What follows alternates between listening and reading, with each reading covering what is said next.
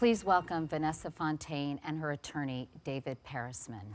Thank you so much for being here. First of all, I just know we all want to extend our deepest sympathies, Vanessa, on the loss of your son, Avonte. I know he was the youngest of 5 sons. Tell us a little bit about him, if you could. Oh, Avonte was just a ball of sunshine, you know, smiling all the time, energetic, just like a regular 14-year-old, with his games, playing with his brothers, you know, learning new things. Can you describe the extent of his autism for us? His autism, he was unable to speak verbally. You know, he has to be prompt to tell you things. And he can do things for himself, you know. He can dress himself, you know. He couldn't tie his shoes, though. So certain things that he still needed to learn. But he was nonverbal. Yes, nonverbal. So yes. how did he communicate? He would point to things, or, you know, he would use clues, you know, the communication boards and stuff like that to help him. But mostly, he would just, you know, point to what he wanted. I know this was his first year of high school. Yes. He was in an individualized education program within Riverview School in Queens. Were you worried about him at all being in that setting? I mean, all moms worry about their kids, but I'm just curious, this was a big step for him, wasn't it? Yes, it was. Yes, I'm always worried about him. You know, with autism kids, you know, he elopes from the lines in the school. So, you know, the teachers I was worried that make sure they would watch him, you know. And worried about his wandering. Yes, yes, yes. Why were you concerned about him wandering? Is that something that, you know, that you just worried about in general because he had a tendency to do that? With kids that are autistic, they wander.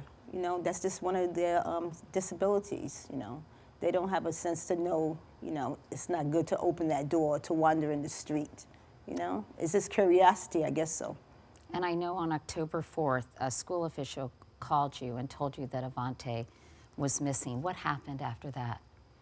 Oh, that was like my worst nightmare, you know. Like, where is he, you know?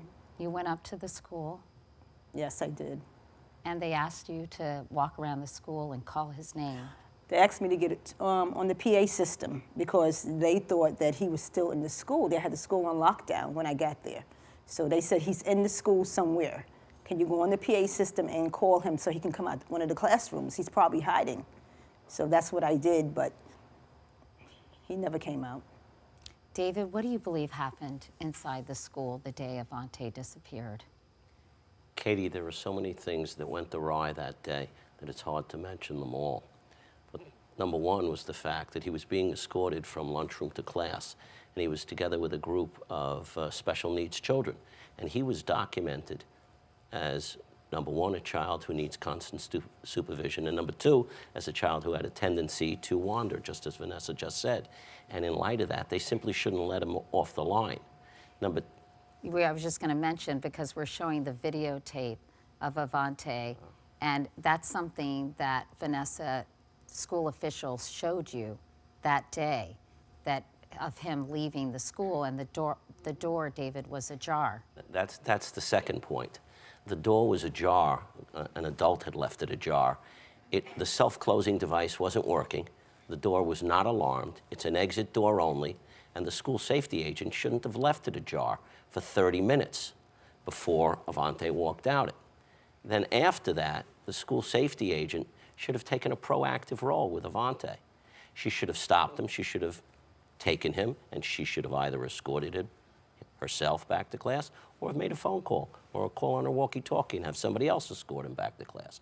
One thing's for sure that she should not have done, which was after everything went awry and they were looking for him and they were asking her where he went, she shouldn't have told them, I saw him go down the hallway and go up the stairs and remain in the building, because that sent everybody on a wild goose chase, when meanwhile they couldn't check back and check the videotapes because they didn't have the access codes for the videotape for close to 2 hours after Avonte had left. Which was valuable time that was lost. Oh, it's a long time.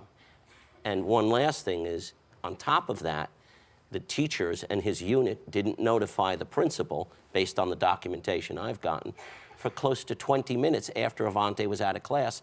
And the worst of all is that The principal's office didn't notify the police for close to an hour after Avonte had left the building. When you realized, Vanessa, that he had in fact left the building, what did you do? The first thing I did was I wanted media coverage because I knew that we wasn't going to be able to find him ourselves, you know. I called family, friends. We was hitting the streets. We were out all night looking for him everywhere. You called the police? The police were already in the building when I got there, so.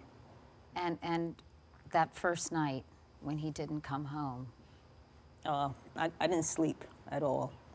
I didn't even get home till maybe like 5, 4 in the morning. Just out there looking for him.